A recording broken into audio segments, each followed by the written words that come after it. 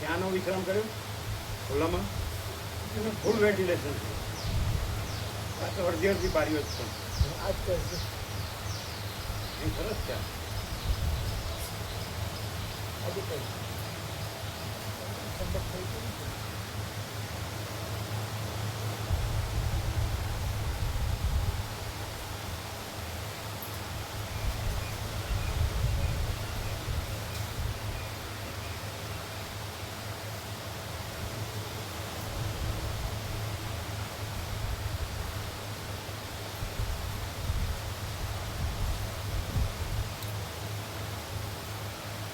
અહીંયા કરતાં ત્યાં વધારે ફાવતો એવું છે.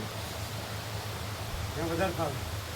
એનું સાક્ષાત દર્શન છે માચીલા પાસે સાનિધ્ય છે. એ તો સર્વત્રને થતા છે. વ્યાપક પરમ વ્યાપક પ્રત્યક્ષ છે, દુર્લભ છે.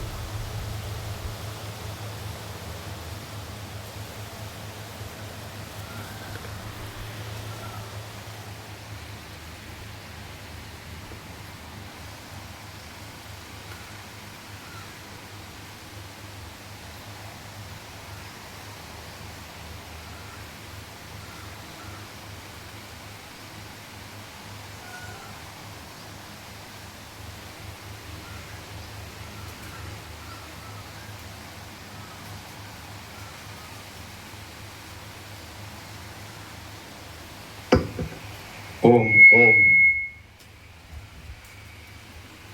ઓમ ઓમ ઓમ. બરાબર બરાબર.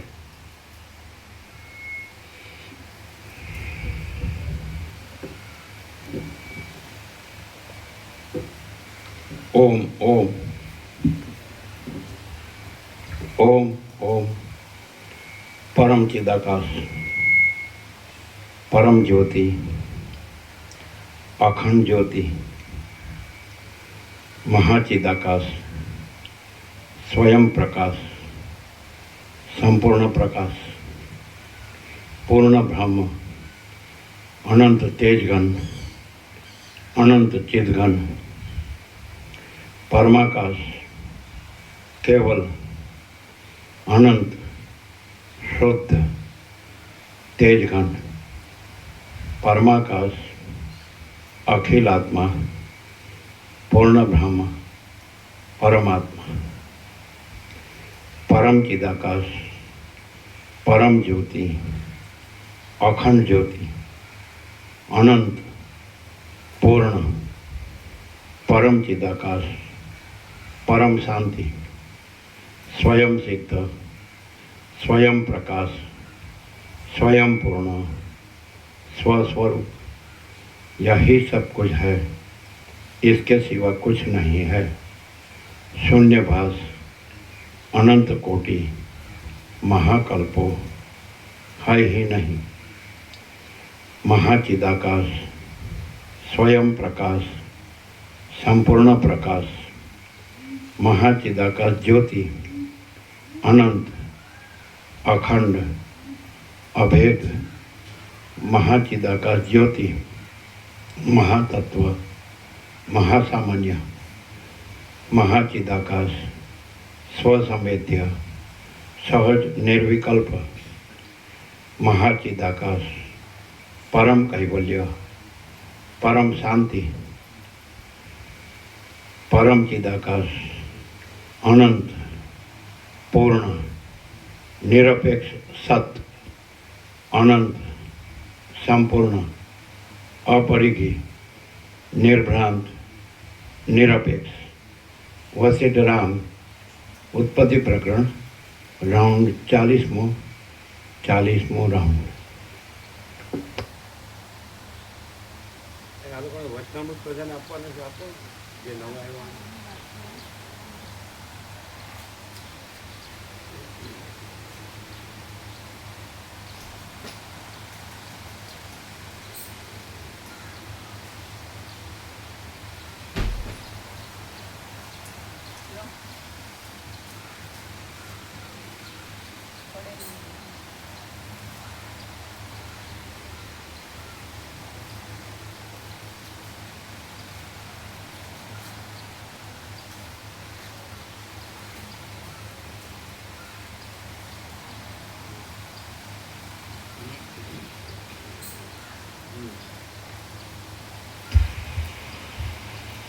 આદ્ય પરબ્રહ્મ સદગુરુ દેવ કી જય. ઓમ શ્રી પરમાત્મને નમઃ. સદગ્રંથોમાં શિરોમણી શ્રી યોગ વાસિષ્ઠ મહારામાયણ ઉત્પત્તિ પ્રકરણ પાના નંબર 125. સર્ગ 5મો. જગત તથા મનનું મૂળ તત્વ. આ 5મા સર્ગમાં જગતના મૂળ રૂપ મનનું મૂળ રૂપ કહેવામાં આવશે અને એ જ તત્વ જગતનું તથા મનનું મૂળ તત્વ છે એમ વર્ણન કરવામાં આવશે. રામ બોલ્યા, હે ભગવાન, હે મુનિ શ્રેષ્ઠ, આ મનરૂપી ભ્રાંતિમાં મૂળ કારણ શું છે અને તે મિથ્યાભૂત મન કેવી રીતે ઉત્પન્ન થયું છે, તે શાથી ઉત્પન્ન થયું છે? હે ભાષણ કરનારાઓમાં ઉત્તમ, પ્રથમ મને સંક્ષેપથી મનની ઉત્પત્તિ કહો, જે બાકી રહે તે પાછળથી કહેજો. વસિષ્ઠ બોલ્યા, મહાપ્રલયમાં સઘળું સૂક્ષ્મરૂપ થઈ જવાથી ક્રિયા કરવામાં અશક્ત થઈ ગયું હતું અને સઘળા દ્રશ્યોની સૃષ્ટિનો આરંભ નહોતો થયો, ત્યારે વિક્ષેપ રહિત, અસ્ત રહિત, પ્રકાશમાન, અજન્મા, ઉપદ્રવ રહિત, સર્વદા સઘળું કરવાની શક્તિવાળા, સર્વરૂપ અને મહેશ્વર એવા એક શાંત પરમાત્મા જ અવશેષ રહ્યા હતા. વસિષ્ઠ બોલ્યા, મહાપ્રલયમાં સઘળું સૂક્ષ્મરૂપ થઈ જવાથી ક્રિયા કરવામાં અશક્ત થઈ ગયું હતું અને સઘળા દ્રશ્યોની સૃષ્ટિનો આરંભ નહોતો થયો, ત્યારે વિક્ષેપ રહિત, અસ્ત રહિત, પ્રકાશમાન, અજન્મા, ઉપદ્રવ રહિત, સર્વદા સઘળું કરવાની શક્તિવાળા, સર્વરૂપ અને મહેશ્વર એવા એક શાંત પરમાત્મા જ અવશેષ રહ્યા હતા. તેમના સ્વરૂપને ઇન્દ્રિયો પહોંચી શકતી નથી અને ત્યાંથી પાછી વળે છે. મુક્ત લોકો તેમનો પ્રત્યક્ષ અનુભવ કરે છે. મુક્ત લોકો તેમનો પ્રત્યક્ષ અનુભવ કરે છે. તેમના આત્મા આદિ નામો સ્વાભાવિક નથી, પણ આરોપિત ધર્મોથી કલ્પી કાઢેલા છે. સાંખ્ય શાસ્ત્રીઓ તેમને પુરુષ કહે છે. વેદાંત શાસ્ત્રીઓ તેમને અત્યંત નિર્મળ બ્રહ્મ કહે છે. વિજ્ઞાનવાદીઓ તેમને ક્ષણિક વિજ્ઞાન રૂપ કહે છે. શૂન્યવાદીઓ તેમને શૂન્ય કહે છે અને તે સૂર્યના તેજને પણ પ્રકાશ આપનારા છે. વળી તે સર્વના પ્રત્યેગાત્મા રૂપે સર્વદા બોલનાર, વિચાર કરનાર, કર્મના ફળોને ભોગવનાર, જોનાર તથા કરનાર છે. એ પરમાત્મા જગતમાં વિદ્યમાન છતાં પણ પામર લોકોની દ્રષ્ટિથી અવિદ્યમાન છે અને દેહમાં રહેલા છતાં પણ દૂર છે. જેમ સૂર્યથી પ્રકાશ થાય છે તેમ એમનાથી આ પ્રપંચ થાય છે. જેમ સૂર્યથી કિરણો થાય છે તેમ વિષ્ણુ આદિ દેવતાઓ એમનાથી થાય છે. જેમ સમુદ્રમાંથી પરપોટા થાય છે તેમ એમનામાંથી અનંત બ્રહ્માંડો થાય છે. જેમ સઘળા જળો સમુદ્રમાં લય પામે છે તેમ સઘળા દ્રશ્ય પદાર્થો એમનામાં લય પામે છે. દીવાની પેઠે એ પોતે જ પોતાને તથા પદાર્થોને પ્રકાશિત કરે છે. આકાશમાં, શરીરોમાં, પથરાઓમાં, જળમાં, લતાઓમાં, રજમાં, પર્વતોમાં, વાયુઓમાં અને પાતાળોમાં એ જ રહેલા છે. પોતપોતાના કાર્યોમાં લાગેલી 8 પુરીઓને, કૌંસમાં કર્મેન્દ્રિયોને, જ્ઞાનેન્દ્રિયોને, શબ્દાદિકને, પ્રાણોને, અવિદ્યાને, કામને, કર્મોને અને અંતઃકરણને એ જ પોતાના ચૈતન્યથી વ્યાપ્ત કરી દે છે. એમણે જ મૂંગી કરેલી મૂઢ શિલાઓ જાણે ધ્યાન ધરીને બેઠી હોય તેમ જણાય છે.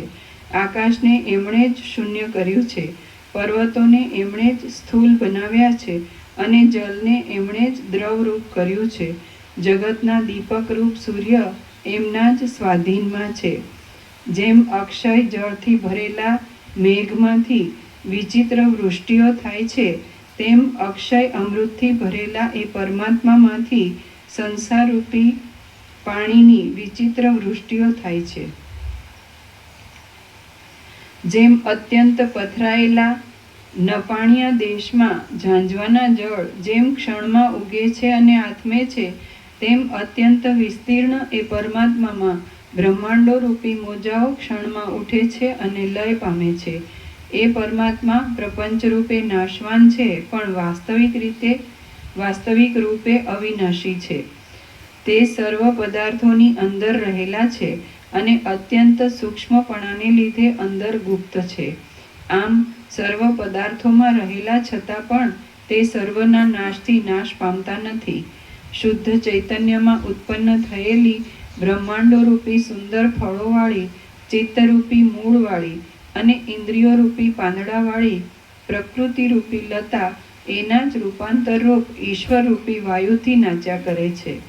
પ્રત્યેક દેહરૂપી ડાબલાઓમાં ચૈતન્યાત્મક મણિરૂપે એ જ પ્રકાશે છે. જેમ ચંદ્રમાં કિરણો સ્ફુરે છે, તેમ એ પરમાત્મ રૂપમાં જ જગતના સમૂહો સ્ફુરે છે.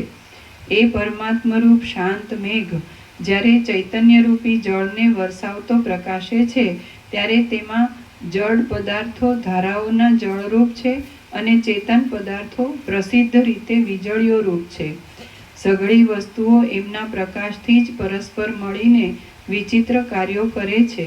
આ જગતમાં સર્વ પદાર્થો મિથ્યા છે, છતાં પણ એમની સત્તાથી જ તે સત્તાવાન જણાય છે. શાંત રીતે સ્વરૂપમાં જ રહેલા એ પરમાત્મા અસંગ છે. શાંત રીતે સ્વરૂપમાં જ રહેલા એ પરમાત્મા અસંગ છે. એ કશું ઈચ્છતા નથી, તો પણ એમની સઘળી વસ્તુઓ એમના પ્રકાશથી જ પરસ્પર મળીને વિચિત્ર કાર્યો ઉત્પન્ન કરે છે. આ જગતમાં સર્વ પદાર્થો મિથ્યા છે, છતાં પણ એમની સત્તાથી જ તે સત્તાવાન જણાય છે. શાંત રીતે સ્વરૂપમાં જ રહેલા એ પરમાત્મા અસંગ છે. શાંત રીતે સ્વરૂપમાં જ રહેલા એ પરમાત્મા અસંગ છે. એ કશું ઈચ્છતા નથી, તો પણ એમની સમીપમાં આ અત્યંત જડ શરીર ચાલ્યા કરે છે. વાસ્તવિક સત્તાવાળા એ પરમાત્માથી જ નિયમ, દેશ, કાળ, ચલન, સ્પંદન અને ક્રિયા એ સૌને સત્તા મળેલી છે. એ પરમાત્મા શુદ્ધ જ્ઞાન સ્વરૂપ અને અધિષ્ઠાન સ્વરૂપ છે. તેથી આપણે તેમને આકાશરૂપ ધારીએ તો તે આકાશરૂપ થાય છે, અને એમને બીજા પદાર્થો રૂપ ધારીએ તો એ બીજા પદાર્થો રૂપ થાય છે. એ પરમાત્મા મોટા મોટા બ્રહ્માંડોના અનંત સમૂહોને ઉત્પન્ન કરે છે, તો પણ તે કોઈ ક્રિયાઓને કરતા નથી. તે તો અખંડ જ્ઞાનમય અને નિર્વિકાર છે. ઉત્પત્તિ સ્થિતિ આદિથી રહિત એવા પોતાના સ્વરૂપમાં જ તે એકલા જ રહેલા છે. શ્રી યોગ વાસિષ્ઠ મહારામાયણમાં ઉત્પત્તિ પ્રકરણનો મૂળ કારણ દેવ સ્વરૂપ વર્ણન નામનો સર્ગ 5મો સમાપ્ત. સર્ગ 6. જ્ઞાનથી આત્મ સ્વરૂપની પ્રાપ્તિ તથા જ્ઞાનના સાધનોનો ક્રમ. આ 6થા સર્ગમાં આત્માની પ્રાપ્તિ કર્મો કરવાથી થતી નથી, પણ જ્ઞાનથી થાય છે તે તથા જ્ઞાનના સાધનોનો ક્રમ કહેવામાં આવશે. વસિષ્ઠ બોલ્યા, સર્વોત્તમ અને ઇન્દ્રિયોને પણ પ્રકાશ આપનારા એ પરમાત્માનો લાભ તેમના સ્વરૂપને જાણવાથી જ થાય છે. સર્વોત્તમ અને ઇન્દ્રિયોને પણ પ્રકાશ આપનારા એ પરમાત્માનો લાભ તેમના સ્વરૂપને જાણવાથી જ થાય છે. ક્રિયાઓ કરવાના અનેક દુઃખો વેઠવાથી તે પ્રાપ્તિ થતી નથી. જેમ ઝાંઝવાના પાણીરૂપ ભ્રાંતિને ટાળવામાં કોઈ ક્રિયાઓનો ઉપયોગ નથી, માત્ર તેના અધિષ્ઠાનને જાણવાનો જ ઉપયોગ છે, તેમ આ જગતરૂપ ભ્રાંતિને ટાળવામાં પણ કોઈ ક્રિયાઓનો ઉપયોગ નથી, માત્ર તેના અધિષ્ઠાનરૂપ પરમાત્માને જ જાણવાનો ઉપયોગ છે. સ્વરૂપાનંદના પ્રકાશરૂપ એ પરમાત્મા દૂર નથી, તેમ પાસે પણ નથી. તે અલભ્ય સ્થળમાં નથી, તેમ વિષમ સ્થળમાં પણ નથી. તેમની પ્રાપ્તિ આપણા દેહમાંથી જ થાય છે. એમને જાણવામાં તપ, દાન કે વ્રત આદિ કોઈ પણ કામ આવે એમ નથી, કારણ કે સ્વરૂપ માત્રમાં વિશ્રાંતિ વિના એને જાણવાનું બીજું કોઈ પણ સાધન નથી. સ્વરૂપમાં છેલ્લું. એમને જાણવામાં તપ, દાન કે વ્રત આદિ કોઈ પણ કામ આવે એમ નથી, કારણ કે સ્વરૂપ માત્રમાં વિશ્રાંતિ વિના એને જાણવાનું બીજું કોઈ પણ સાધન નથી. સ્વરૂપમાં કારણ કે સ્વરૂપ માત્રમાં વિશ્રાંતિ વિના એને જાણવાનું બીજું કોઈ પણ સાધન નથી. સ્વરૂપ માત્રમાં એ વિશ્રાંતિ સત્પુરુષોના સમાગમમાં રહેવાથી અને ઉત્તમ શાસ્ત્રોમાં તત્પર રહેવાથી જ મળે છે. સ્વરૂપ માત્રમાં એ વિશ્રાંતિ સત્પુરુષોના સમાગમમાં રહેવાથી અને ઉત્તમ શાસ્ત્રોમાં તત્પર રહેવાથી જ મળે છે.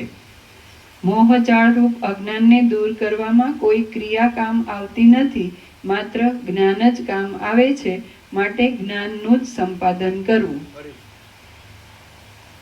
મોહજાળરૂપ અજ્ઞાનને દૂર કરવામાં કોઈ ક્રિયા કામ આવતી નથી, માત્ર જ્ઞાન જ કામ આવે છે.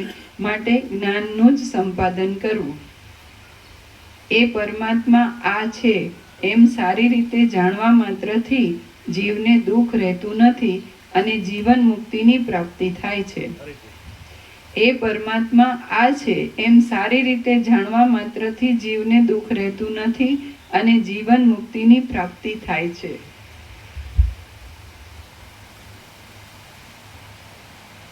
રામ બોલ્યા, એ પરમાત્માના સ્વરૂપને કેવળ જાણવામાં આવે તો જીવને મરણ આદિ દોષો કદી પણ બાદ કરતા નથી એમ આપ કહી ગયા, પણ એ મહાન દેવાધિદેવ તો દૂર છે, તો તેમની પ્રાપ્તિ શી રીતે થાય? કોઈ તીવ્ર તપ કરવાથી અથવા કોઈ કષ્ટ ભોગવવાથી તે પ્રાપ્તિ થતી હોય તો તે કહો. વશિષ્ઠ બોલ્યા, હે રામ, પોતાના પુરુષ પ્રયત્નથી પ્રફુલ્લિત થયેલા વિવેક વડે જ એ દેવ જાણવામાં આવે છે. વશિષ્ઠ બોલ્યા, હે રામ, પોતાના પુરુષ પ્રયત્નથી પ્રફુલ્લિત થયેલા વિવેક વડે જ એ દેવ જાણવામાં આવે છે. તપથી, તીર્થસ્થાનથી કે બીજા કર્મોથી તે જાણવામાં આવતા નથી. રાગ, દ્વેષ, મોહ, ક્રોધ, મદ અને માત્સર્ય છોડ્યા વિના જે તપ કે દાન કરવામાં આવે છે તે એક જાતનો કલેશ જ છે. એમાંથી કાંઈ વળે એમ નથી. ચિત્ત રાગ, દ્વેષ આદિથી બગડેલું હોય અને કોઈને ઠગી લઈને મેળવવામાં આવેલા ધનનું દાન કરવામાં આવે તો તે ધન જેનું હોય તેને એ દાનનું ફળ મળે છે. ચિત્ત રાગ આદિથી હણાયેલું હોય ત્યારે જે વ્રત આદિ કરવામાં આવે છે તે એક જાતનો ઢોંગ જ છે, એમાંથી લેશ માત્ર પણ ફળ મળતું નથી. માટે પુરુષાર્થ કરીને ઉત્તમ શાસ્ત્રનો સંગ અને મહાત્માઓનો સંગ એ બે મુખ્ય ઔષધોનું જ સંપાદન કરવું. માટે પુરુષાર્થ કરીને ઉત્તમ શાસ્ત્રનો સંગ અને મહાત્માઓનો સંગ એ બે મુખ્ય ઔષધોનું જ સંપાદન કરવું. એ ઔષધોથી સંસારરૂપ રોગનો નાશ થાય છે. સઘળા દુઃખોનો ક્ષય કરીને પરમપદની પ્રાપ્તિ મેળવવામાં એક પુરુષાર્થ સિવાય બીજો કોઈ પણ ઉપાય નથી. હવે આત્મજ્ઞાનની પ્રાપ્તિ માટે કેવો પુરુષાર્થ ઉપયોગી થાય છે તે સાંભળો. એ પુરુષાર્થથી રાગદ્વેષ રૂપી વિસૂચિકાનો રોગ અત્યંત શાંત થઈ જાય છે. લોકથી અને શાસ્ત્રથી વિરુદ્ધ હોય નહીં એવી શક્ય આજીવિકાથી મનમાં સંતોષ રાખવો અને ભોગના અભિનિવેશનો ત્યાગ કરવો. શક્તિ પ્રમાણે અને યોગ્ય રીતે આજીવિકા માટે ઉદ્યોગ કરવો. કેમ થશે એવી કાંઈ પણ ચિંતા ન રાખવી અને પ્રથમ મહાત્માઓના તથા ઉત્તમ શાસ્ત્રના સંગમાં તત્પર રહેવું. જે પુરુષ યોગ્ય વૃત્તિથી મળતા ધનમાં સંતોષ રાખે છે, હલકી વૃત્તિની ઉપેક્ષા કરે છે અને સત્પુરુષોના સમાગમમાં તથા ઉત્તમ શાસ્ત્રમાં તત્પર રહે છે, તે પુરુષ તરત મુક્તિ પામે છે. જેણે વિચારથી આત્મતત્વને જાણ્યું હોય છે તે મહાબુદ્ધિવાળા પુરુષને આ બ્રહ્મા, વિષ્ણુ, ઇન્દ્ર અને શંકર પણ કંગાળ લાગે છે. જેણે વિચારથી આત્મતત્વને જાણ્યું હોય છે તે મહાબુદ્ધિવાળા પુરુષને આ બ્રહ્મા, વિષ્ણુ, ઇન્દ્ર અને શંકર પણ કંગાળ લાગે છે. દેશમાં પણ ખરા સુજન લોકો જેને સાધુ કહેતા હોય તથા જેમાં વૈરાગ્ય આદિ ગુણોની સંપત્તિ હોય તેને સાધુ સમજવો અને પ્રયત્ન કરીને એવા સાધુનો આશ્રય કરવો. બ્રહ્મ વિદ્યા સઘળી વિદ્યાઓમાં મુખ્ય છે. જેમાં તેનું વર્ણન આવતું હોય તે ઉત્તમ શાસ્ત્ર કહેવાય છે. એવા શાસ્ત્રનો વિચાર કરવાથી મુક્તિ મળે છે. જેમ નિર્મળીની રજના સંબંધથી જળની મલિનતા મટે છે અને જેમ યોગના અભ્યાસથી યોગીઓની બુદ્ધિ બહાર ભટકતી અટકે છે, તેમ ઉત્તમ શાસ્ત્રના તથા સાધુઓના સંગથી વિવેક પ્રાપ્ત થાય છે અને એ વિવેકના બળથી અવિદ્યા નાશ પામે છે. શ્રી યોગ વાસિષ્ઠ મહારામાયણમાં ઉત્પત્તિ પ્રકરણનો મુમુક્ષુ પ્રયત્નોપદેશ નામનો સર્ગ 6 સમાપ્ત. સર્ગ 7. જગતના મૂળરૂપ પરમાત્માનું નિરૂપાધિક તત્વ. આ 7મા સર્ગમાં આગળ બ્રહ્મા આદિ જગતના મૂળરૂપ જે દેવનું નિરૂપણ કર્યું છે તે દેવનું નિરૂપાધિક તત્વ કહેવામાં આવશે. રામ બોલ્યા, હે બ્રહ્મન, તમે કહી ગયા કે એ દેવના જ્ઞાનથી મુક્તિ થાય છે, તો એ દેવ ક્યાં રહે છે અને મને તેમની પ્રાપ્તિ શી રીતે થાય, આ તમે મને કહો. વસિષ્ઠ બોલ્યા, મેં જે દેવ વિશે કહ્યું છે તે દેવ દૂર રહેતા નથી, પણ સર્વદા શરીરમાં જ રહે છે.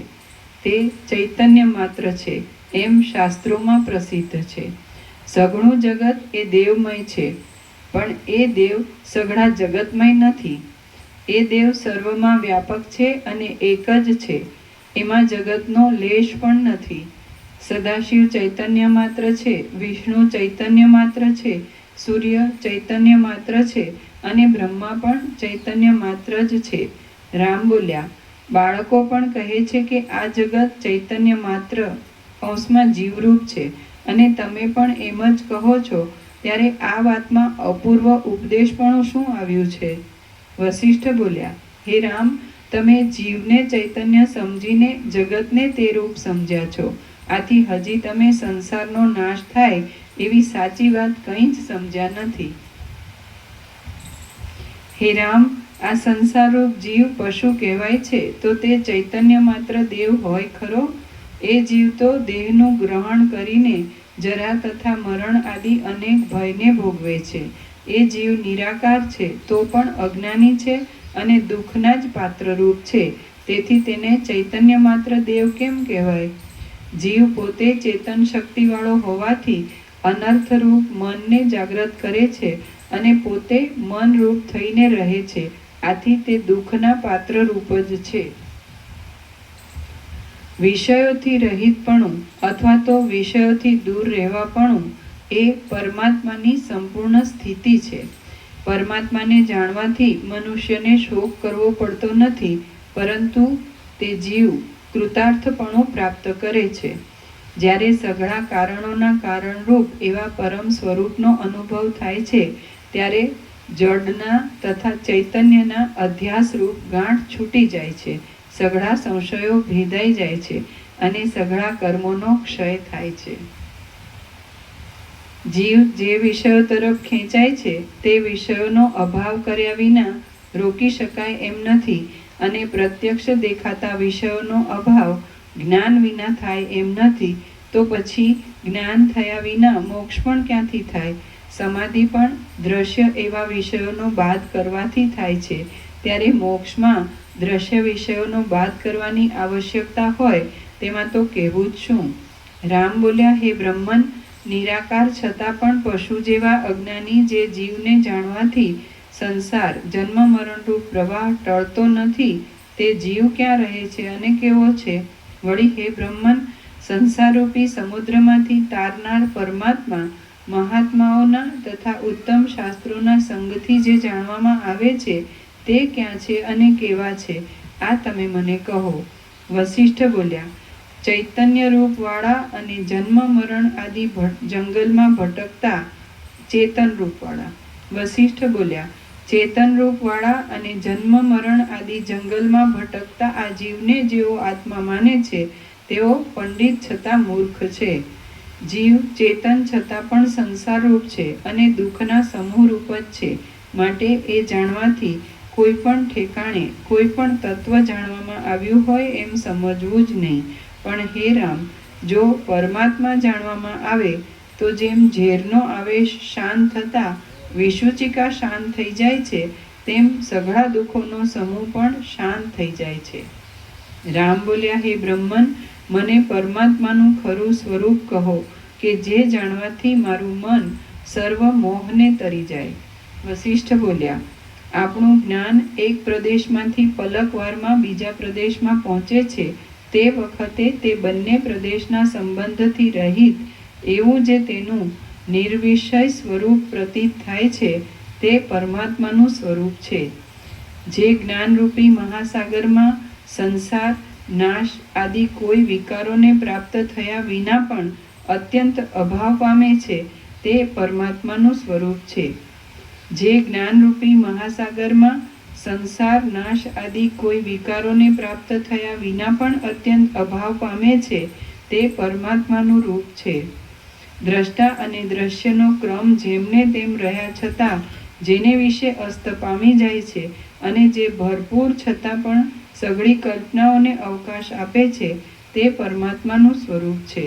જે અશૂન્ય છતાં પણ શૂન્ય જેવું પ્રતીત થાય છે, જેમાં વાંજણીના પુત્ર જેવું આ જગત રહ્યું છે અને જે પોતાનામાં અનંત બ્રહ્માંડો રહેતા હોવા છતાં પણ તેમનાથી રહિત છે તે પરમાત્માનું સ્વરૂપ છે.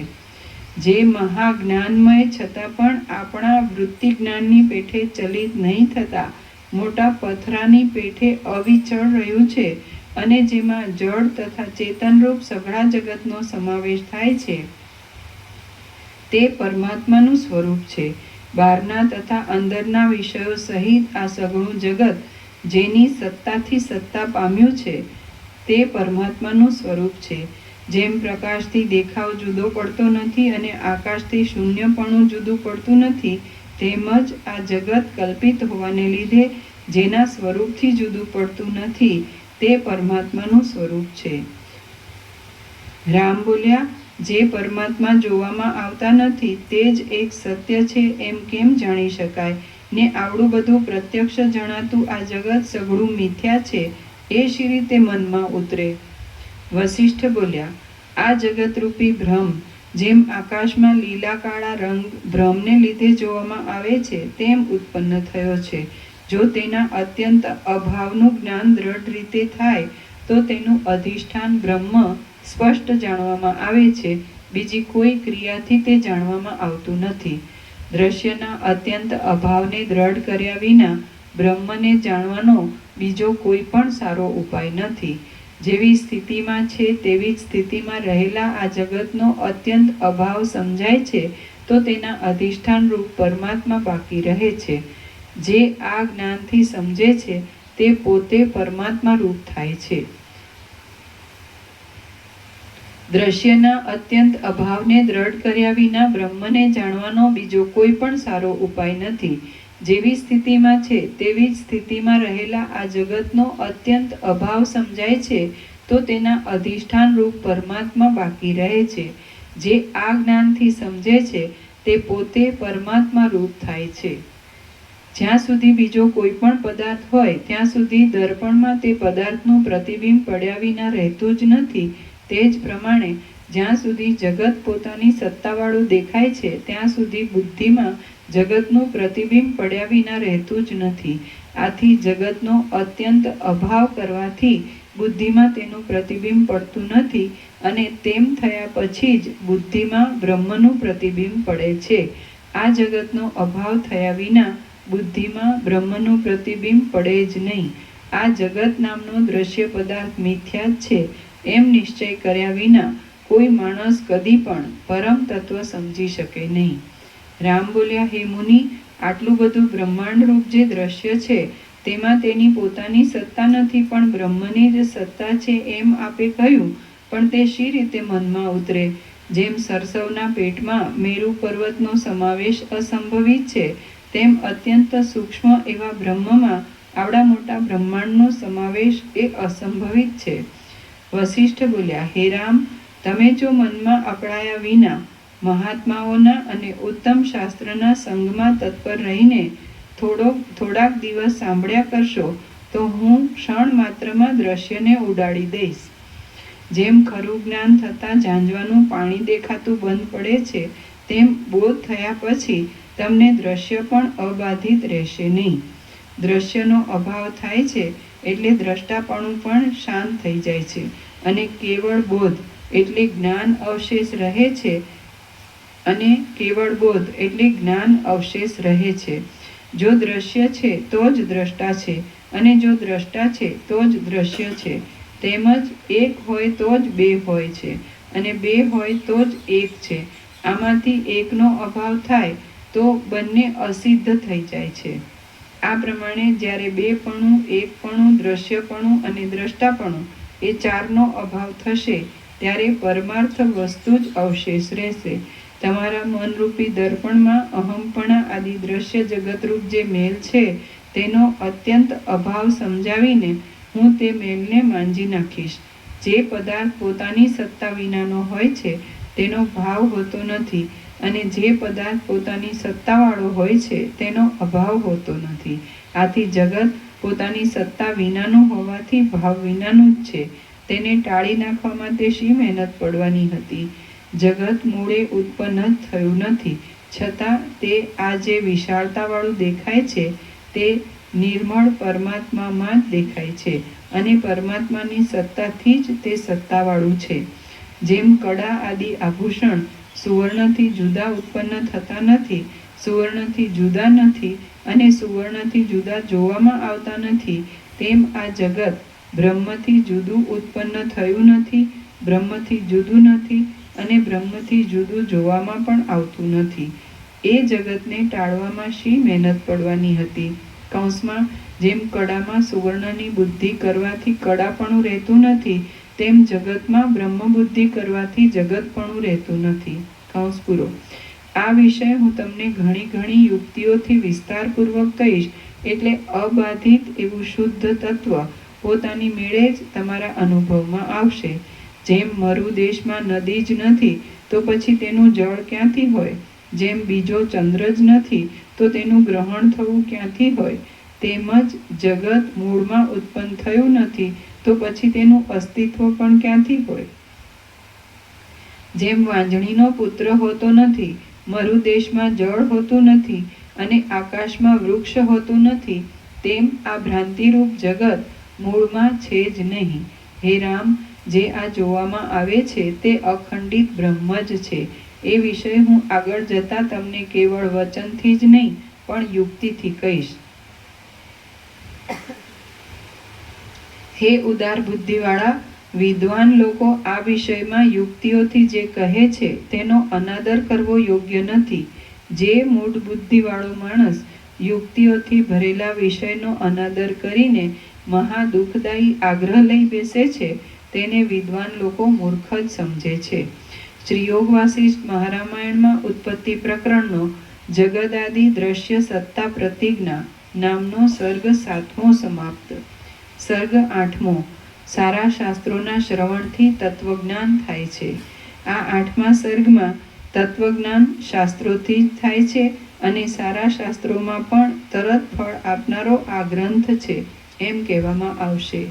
રામ બોલ્યા, જે કાંઈ આ દેખાય છે તે સઘળું બ્રહ્મરૂપ જ છે. એ વાત કઈ યુક્તિથી જાણવામાં આવે અને શી રીતે સિદ્ધ થાય?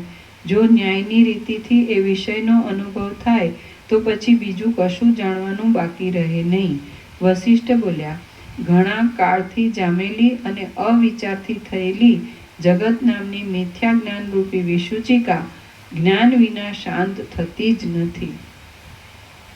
હે રામ, તમારા બોધની સિદ્ધિને સારું હું આજે આખ્યાયિકાઓ કહેવા ધારું છું તે તમે સાંભળો. હે સુજન, તેથી તમે સુબુદ્ધિ પામીને તરત જ મુક્તિ પામશો. તમે જો અકળાઈ જશો અને સાંભળવાનું મૂકી અધવચ ઉઠી જશો તો તમે પશુ સમાન થશો અને તમારું કશું કાર્ય સિદ્ધ થશે નહીં.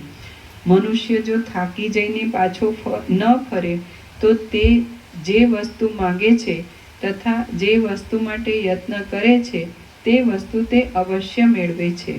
હે રામ, જો તમે મહાત્માઓના સમાગમમાં અને ઉત્તમ શાસ્ત્રોમાં તત્પર રહેશો તો થોડા મહિનામાં નહીં પણ થોડા દિવસમાં હે રામ, જો તમે મહાત્માઓના સમાગમમાં અને ઉત્તમ શાસ્ત્રોમાં તત્પર રહેશો તો થોડા મહિનામાં નહીં પણ થોડા દિવસમાં જ તમે પરમ પદને પ્રાપ્ત થશો. રામ બોલ્યા, હે ઉત્તમ શાસ્ત્રવેત્તા, આત્મજ્ઞાનની પ્રાપ્તિને સારું કયું શાસ્ત્ર મુખ્ય છે તે કહો, એટલે તે જાણી લીધાથી શોક કરવો પડે નહીં.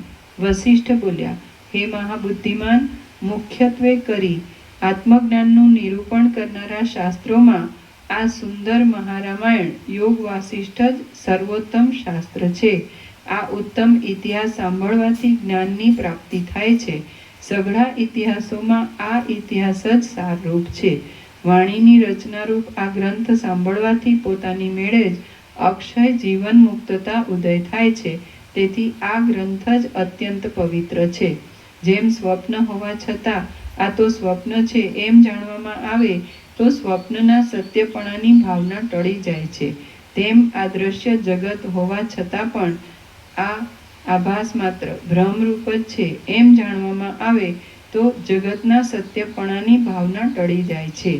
જે આ ગ્રંથમાં છે તે જ બીજા ગ્રંથમાં છે અને જે બીજા ગ્રંથમાં નથી તે બીજે અને જે આ ગ્રંથમાં છે તે જ બીજા ગ્રંથોમાં છે અને જે આ ગ્રંથમાં નથી તે બીજે ક્યાંય નથી.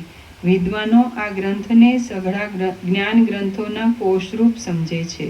જે પુરુષ આ ગ્રંથને નિત્ય સાંભળે છે તે પુરુષની બુદ્ધિ બીજા ગ્રંથોથી થયેલા પ્રૌઢ ચમત્કારવાળા બોધ કરતાં પણ ઉત્કૃષ્ટ એવા બોધને મેળવે છે એ વિશે સંદેહ જ નથી.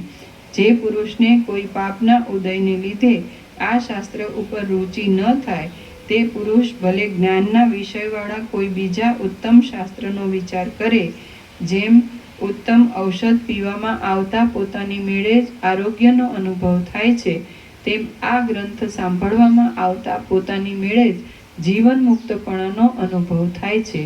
આ શાસ્ત્ર સાંભળવાથી શ્રોતાને પોતાની મેળે જ નિશ્ચય થશે કે અમે જે કહ્યું છે તે યથાર્થ જ છે અને અમે વરદાન કે શાપની વાતની પેઠે કશું જ ઠોકી બેસાડતા નથી. આ આત્મવિચારમય ગ્રંથની કથાથી જ તમારું સંસાર સંબંધી દુઃખ ટળી જશે. જે દુઃખ ધનથી, દાનથી, તપથી, વેદ સાંભળવાથી, બીજા શાસ્ત્રો સાંભળવાથી કે તે ગ્રંથોમાં કહેલા સેંકડો યત્નો કરવાથી ટળશે નહીં. શ્રી યોગ વાસિષ્ઠ મહારામાયણમાં ઉત્પત્તિ પ્રકરણનો સત્શાસ્ત્ર નિરૂપણ નામનો સર્ગ 8મો સમાપ્ત. સર્ગ 9મો. જીવન મુક્તના લક્ષણ તથા આત્માનું સ્વરૂપ. આ 9મા સર્ગમાં જીવન મુક્તના લક્ષણો, તેનું સર્વાત્મકપણું અને પ્રલયમાં પણ અવશેષ રહેનાર આત્માનું સ્વરૂપ કહેવામાં આવશે.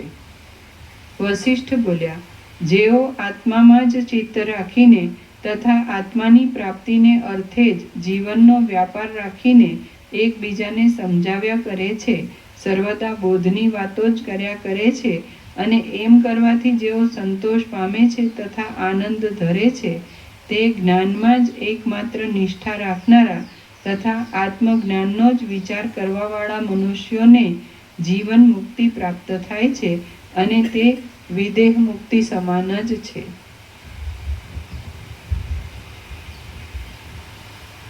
રામ બોલ્યા, હે બ્રહ્મન, વિદેહ મુક્તના અને જીવન મુક્તના લક્ષણો કહો,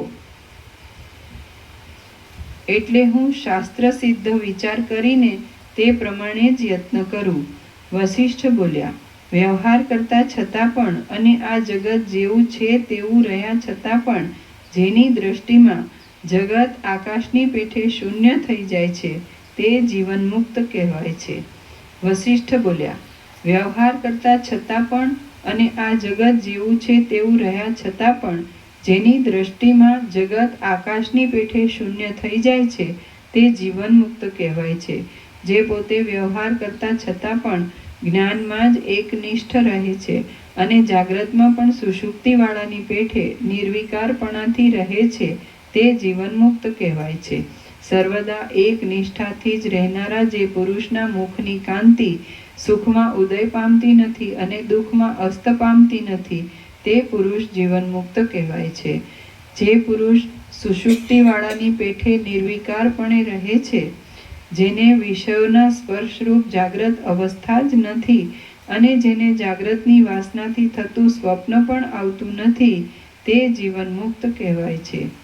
જે પોતે રાગ, દ્વેષ અને ભય આદિને અનુકૂળ એવી ક્રિયાઓ કરવા છતાં પણ આકાશની પેઠે મનમાં નિર્લેપ રહે છે તે જીવનમુક્ત કહેવાય છે. ક્રિયાઓ કરતા અથવા નહીં કરતા પણ જેનું મન અહંકારયુક્ત થતું નથી અને જેની બુદ્ધિ લેપાતી નથી તે જીવનમુક્ત કહેવાય છે.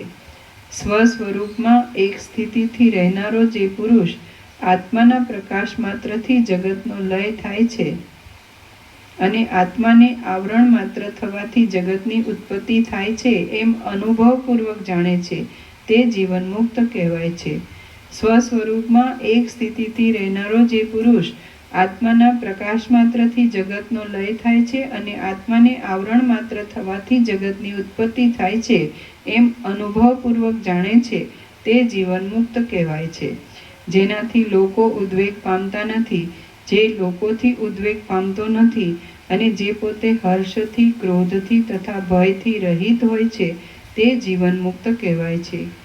જે પુરુષ સંસારમાં સત્યતા બુદ્ધિ ટળી જવાને લીધે ચિત્તવાળો હોવા છતાં પણ ચિત્ત વિનાનો હોય છે અને શરીરવાળો હોવા છતાં પણ શરીરથી રહિત હોય છે તે જીવનમુક્ત કહેવાય છે. જે પોતે સર્વ પદાર્થોથી વ્યવહાર કરતા છતાં પણ શીતળ રહે છે અને જે સર્વ પદાર્થોમાં પણ પૂર્ણ સ્વરૂપે રહે છે તે જીવનમુક્ત કહેવાય છે. જ્યારે શરીર કાળને અધીન થાય છે ત્યારે એ પુરુષ જીવનમુક્તની પદવીને છોડે છે અને જેમ પવન નિશ્ચળપણાને પામે છે તેમ તે વિદેહ મુક્તની પદવીને પામે છે. વિદેહ મુક્ત પુરુષ ઉદય પામતો નથી, અસ્ત પામતો નથી, મંદ પડતો નથી, પ્રત્યક્ષ રહેતો નથી, અપ્રત્યક્ષ રહેતો નથી, દૂર રહેતો નથી, અહમરૂપ રહેતો નથી અને અહમરૂપથી અલગ પણ રહેતો નથી. વિદેહ મુક્ત પુરુષ સૂર્ય થઈને પ્રકાશે છે, વિષ્ણુ થઈને ત્રિલોકનું રક્ષણ કરે છે, રુદ્ર થઈને સર્વનો સંહાર કરે છે અને બ્રહ્મા થઈને સૃષ્ટિઓ કરે છે. તે આકાશ થઈને પવનોને, ઋષિઓને, સુરોને તથા અસુરોને ધારણ કરે છે અને મેરુ પર્વત થઈને લોકપાલોના પુરોના સ્થાનકરૂપ થાય છે. તે પૃથ્વી થઈને લોકોની અખંડ મર્યાદાને સાચવે છે અને ખડ, ગુચ્છ તથા લતાઓ થઈને તે ફળોના સમૂહો આપે છે. અગ્નિ થઈને તે પ્રજ્વલિત થાય છે, જળ થઈને તે દ્રવીભૂત થાય છે, ચંદ્ર થઈને તે અમૃતને ઝરે છે અને હળાહળ થઈને તે મરણ પામે છે. તે તેજ થઈને દિશાઓને પ્રકટ કરે છે, તે અંધકાર થઈને સર્વને અંધ કરે છે, તે આકાશ થઈને અવકાશ આપે છે અને તે પર્વત થઈને રોકી રાખે છે. ચેતનવાળો થઈને તે જંગમ થાય છે, જળ થઈને તે સ્થાવર થાય છે, સમુદ્ર થઈને તે પૃથ્વીરૂપી સ્ત્રીને કંકણની પેઠે વીંટી લે છે અને આવરણ રહિત પરમાત્મા થઈને તે પોતાના પ્રકાશથી વ્યાપેલા બ્રહ્માંડો રૂપી અનેક પરમાણુઓને ફેલાવતા છતાં પણ નિર્વિકાર રૂપે જ રહે છે. અને આવરણ રહિત પરમાત્મા થઈને તે પોતાના પ્રકાશથી વ્યાપેલા બ્રહ્માંડો રૂપી અનેક પરમાણુઓને ફેલાવતા છતાં પણ નિર્વિકાર રૂપે જ રહે છે. ત્રણેય કાળના સંબંધવાળું જે કાંઈ આ દ્રશ્ય પ્રકાશે છે, પ્રકાશી ગયું છે અને પ્રકાશશે તે સગળું એ વિદેહ મુક્ત રૂપ જ છે. રામ બોલ્યા, હે બ્રહ્મન, એવું તો શી રીતે થાય? મને તો એ સ્થિતિ વિષમ, ઘણા કષ્ટથી પ્રાપ્ત થાય એવી અને પામ્યા પછી સ્થિર રાખવી કઠિન લાગે છે. વસિષ્ઠ બોલ્યા, હે રામ, મેં આ જે વિદેહ મુક્તની સ્થિતિ કહી છે તે મુક્તિ જ કહી છે અને જે મુક્તિ છે તે જ બ્રહ્મ છે, તે જ નિર્વાણ છે. હવે એ સ્થિતિ શી રીતે પ્રાપ્ત થાય તે વિશે હું કહું છું, તમે તે સાંભળો. હું અને તું આદિ વ્યવહારોવાળું જે કાંઈ આ દ્રશ્ય જોવામાં આવે છે તે વિદ્યમાન છતાં પણ તે ઉત્પન્ન થયું જ નથી એમ સમજવામાં આવે તો એ નિર્વાણ સ્થિતિ મળે છે. હું અને તું આદિ વ્યવહારોવાળું જે કાંઈ આ દ્રશ્ય જોવામાં આવે છે તે વિદ્યમાન છતાં પણ તે ઉત્પન્ન થયું જ નથી એમ સમજવામાં આવે તો એ નિર્વાણ સ્થિતિ મળે છે. રામ બોલ્યા, હે જ્ઞાનીઓમાં ઉત્તમ, જો વિદેહ મુક્ત થયેલા પુરુષો તમારા કહેવા પ્રમાણે ત્રૈલોક્યરૂપ થતા હોય તો તેઓ સંસારરૂપ જ થાય એમ હું માનું છું. વશિષ્ઠ બોલ્યા, જો ત્રૈલોક્ય હોય તો તેઓ ભલે ત્રૈલોક્યના સ્વરૂપને ધારણ કરે, પણ જ્યાં ત્રૈલોક્ય શબ્દથી કહેવાતો કોઈ પદાર્થ જ નથી ત્યાં વિદેહ મુક્ત ત્રૈલોક્યરૂપ સ્વરૂપ થાય છે એમ કહેવું બને જ કેમ? માટે આ જગત શબ્દથી કહેવાતો કોઈ પદાર્થ જ નથી. જે કાંઈ જગત છે તે સઘળું પરમાર્થ રૂપે અદ્વૈત, શાંત, પ્રકાશની અને આકાશની પેઠે નિર્મળ પરબ્રહ્મ જ છે. વશિષ્ઠ બોલ્યા, જો ત્રૈલોક્ય હોય તો તેઓ ભલે ત્રૈલોક્યના સ્વરૂપને ધારણ કરે, પણ જ્યાં ત્રૈલોક્ય શબ્દથી કહેવાતો કોઈ પદાર્થ જ નથી ત્યાં વિદેહ મુક્ત ત્રૈલોક્ય સ્વરૂપ થાય છે એમ કહેવું બને જ કેમ? માટે આ જગત શબ્દથી કહેવાતો કોઈ પદાર્થ જ નથી. જે કાંઈ જગત છે તે સઘળું પરમાર્થ રૂપે અદ્વૈત, શાંત, પ્રકાશની અને આકાશની પેઠે નિર્મળ પરબ્રહ્મ જ છે. મેં ઘણો વિચાર કર્યો તો પણ સોનાના કડામાં મેં નિર્મળ સોના વિના બીજું કાંઈ પણ કડાપણું દીઠું નહીં. જળના તરંગમાં હું જળ વિના બીજું કાંઈ જોતો નથી. જળમાં જે તરંગપણું જોવામાં આવે છે તે મિથ્યા જ જોવામાં આવે છે. વાસ્તવિક રીતે જળમાં તરંગપણું છે જ નહીં. જે ચલન છે તે કોઈ સ્થળમાં કદી પણ પવનથી જુદું હોતું નથી, કારણ કે જે ચલન છે તે વાયુ જ છે. આ પ્રમાણે જગત બ્રહ્મથી જુદું પડતું નથી. જેમ જગતમાં અવકાશ છે તે આકાશ જ છે અને નિર્જળ ભૂમિમાં જે જળ દેખાય છે તે તેજરૂપ જ છે, તેમ આ ત્રૈલોક્ય પણ બ્રહ્મરૂપ જ છે. રામ બોલ્યા, હે મુનિ, જે યુક્તિથી જગતનું મિથ્યાપણું જાણીને મુક્તપણું પ્રાપ્ત થાય તે ઉત્તમ યુક્તિ મને કહો. દ્રષ્ટા અને દ્રશ્ય એક રૂપ થઈને પરસ્પર મળી ગયા છે અને તે બંને નથી એવી જ્યારે મનની દ્રઢ સ્થિતિ થાય છે ત્યારે નિર્વાણ સ્વરૂપ અવશેષ રહે છે. માટે દ્રષ્ટાને દ્રશ્ય જગતનો જે રીતે અત્યંત બાદ થઈ જાય અને સ્વરૂપે રહેલું એક બ્રહ્મ છે એમ સમજાય એવી યુક્તિ તમે મને કહો. હે મુનિ, આ બાબત કઈ યુક્તિથી જાણી શકાય તથા શી રીતે સિદ્ધ થાય? એવો બોધ જો સિદ્ધ થાય તો પછી કાંઈ પણ કરવાનું બાકી રહેતું નથી. વશિષ્ઠ બોલ્યા, ઘણા કાળથી ઘર ઘાલી રહેલી આ મિથ્યા જ્ઞાનરૂપી વિસૂચિકા વિચારરૂપ મંત્રથી તત્વબોધથી જ નિર્મૂળ થઈ જાય, શાંત થઈ જાય છે. વશિષ્ઠ બોલ્યા, ઘણા કાળથી ઘર ઘાલી રહેલી આ મિથ્યા જ્ઞાન રૂપી વિસૂચિકા વિચારરૂપ મંત્રથી તત્વબોધથી જ નિર્મૂળ થઈ શાંત થઈ જાય છે. આ રોગ ઘણા કાળથી જામેલો છે, માટે તેને તરત ઉખેડી શકાય એમ નથી, કારણ કે લીસા પર્વત ઉપર ચડવામાં જેટલો પરિશ્રમ થાય છે તેટલો જ પરિશ્રમ ઉતરવામાં પણ થાય છે. આથી અભ્યાસના યોગથી, યુક્તિથી અને ન્યાયની ઘટનાઓથી જે રીતથી જગતરૂપી ભ્રાંતિનો નાશ થાય છે તે રીત હું તમને કહું છું, તમે તે સાંભળો. હે રામ, જ્ઞાનની સિદ્ધિ માટે હું તમને આજે કથા કહીશ તે તમે સાંભળશો તો તમે બોધ પામીને અવશ્ય મુક્ત થશો. હવે હે રામ, હું તમને ઉત્પત્તિ પ્રકરણ કહું છું.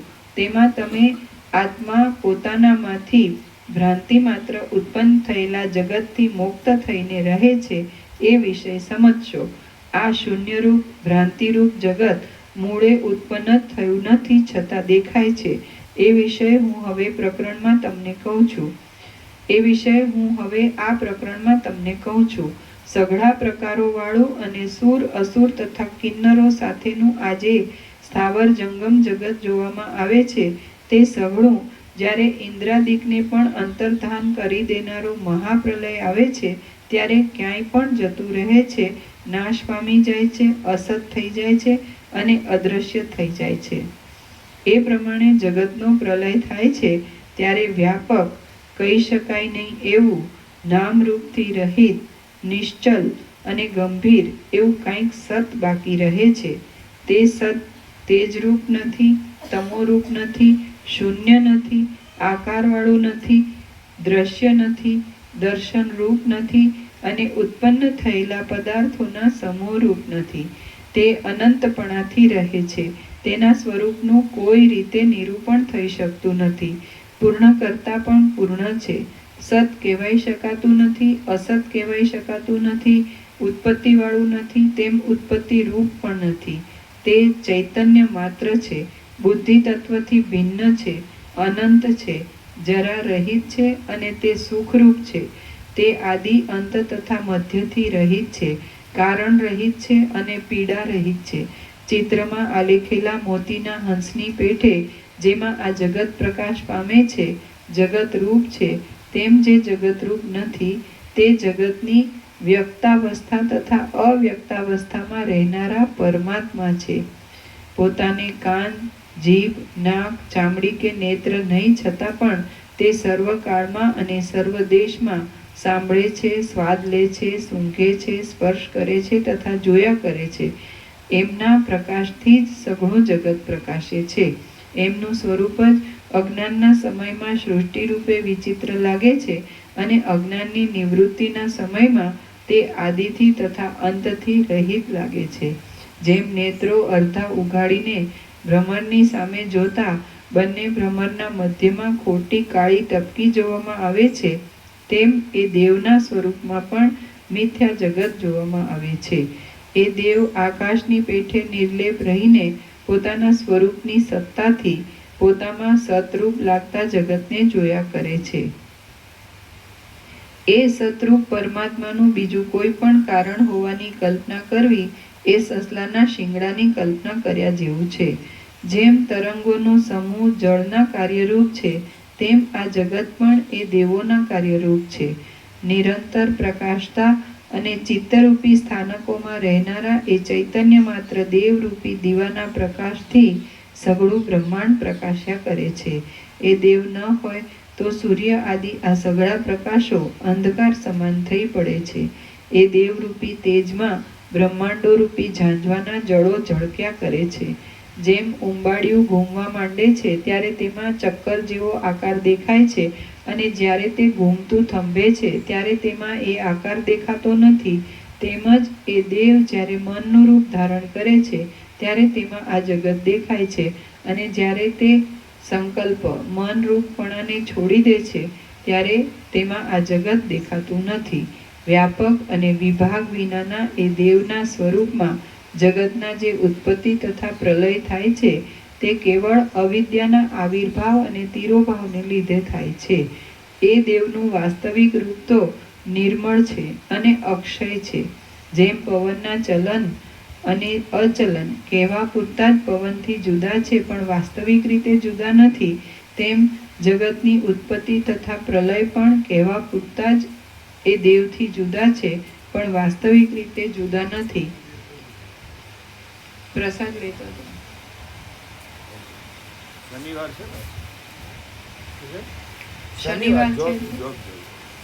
પ્રસાદ આપો. દૂધ પ્રસાદ. દૂધ આપો, દૂધ. જયરામ પ્રભુ. સવારની સ્કૂલ નહીં? હા, સવારે શનિવાર તો સવારે શું ટાઈમ છે? આમ તો 7:30 નો છે પણ 8 વાગે સવા 8 પહોંચી ચાલે. ચાલે. આપો પ્રસાદ આપો. તો પછી ચા પાણી નાસ્તો ના, સવારે કરીને જ આવે બરોબર. કર્યો? હા.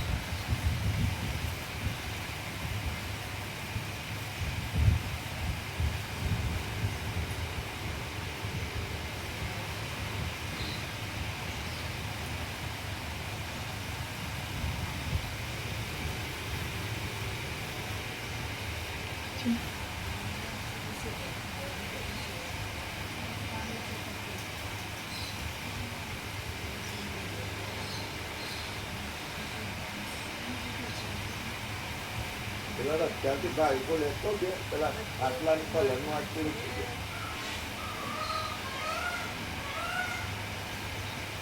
થઈ જશે થઈ જશે તમે કરી દેશો થઈ જશે કોઈની જરૂર નથી ને ના એક્ઝેક્ટ થશે ને એક્ઝેક્ટ કંઈ આછું ન રહે મિસ્ત્રી કોઈ હોય તો કોસ આવે હા એ તપાસ એ વાત કરી લો એટલે મોકલો જોવા અને મોકલો હા એટલે કાલે કાલે તો પરમ દિવસે ચાલુ કરો બરોબર સીટો બસ લગા હા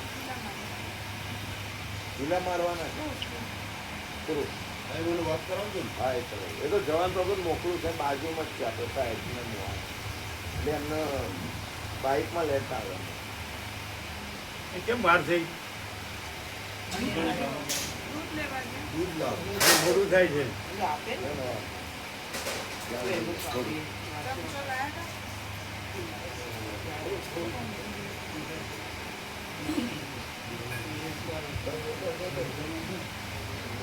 જયરામ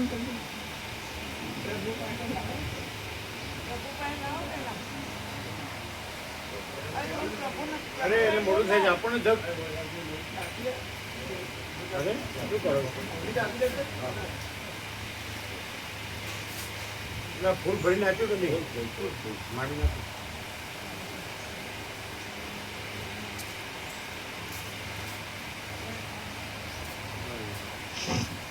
કોનું છે જયરામ દાદાનું કે દાદીનું પિતાનું પિતાનું મારા પિતાનું પિતાનું એટલે તમારે કોઈનું આવ્યું જ નહીં તમારે કોઈનું આવ્યું દાદી પાસે આવશે દાદા નો આવશે બિલાડી માતા હવે મોજ છો જો બિલાડી બગાડે નહીં આ સાંભળે છે બરાબર બિલાડી બહુ સાંભળે ક્યાં છે અને નીચે છે બચ્ચું છે કે મોટું છે બચ્ચું છે બચ્ચું છે હિંસા બહુ કરે મોટી કરતા શું કરે છે હિંસા બહુ કરે નાનું તમે જબર પકડે અરે આ મોટો કાચીને પકડે અને અન્નપૂર્ણામાં જઈ ખાય તમે કઈ ઓછું પકડ્યું છે તમે ઉઠું ચાલો અને કેટલી એકાગ્રતા મેં કાઢ્યું ને ત્યાં આમ જોયેલું 15-20 મિનિટ એક જાય એ દૂધ રાત્રે કર્યું હતું ને બગડ્યું નથી ને હે લા વિવેક પ્રભુ દૂધ બગડ્યું નથી ને ના ના બરાબર છે બરોબર બીજો પ્રસાદ નથી બીજો બીજો પ્રસાદ આપો બસ બસ પ્રભુ ફૂલ ફૂલ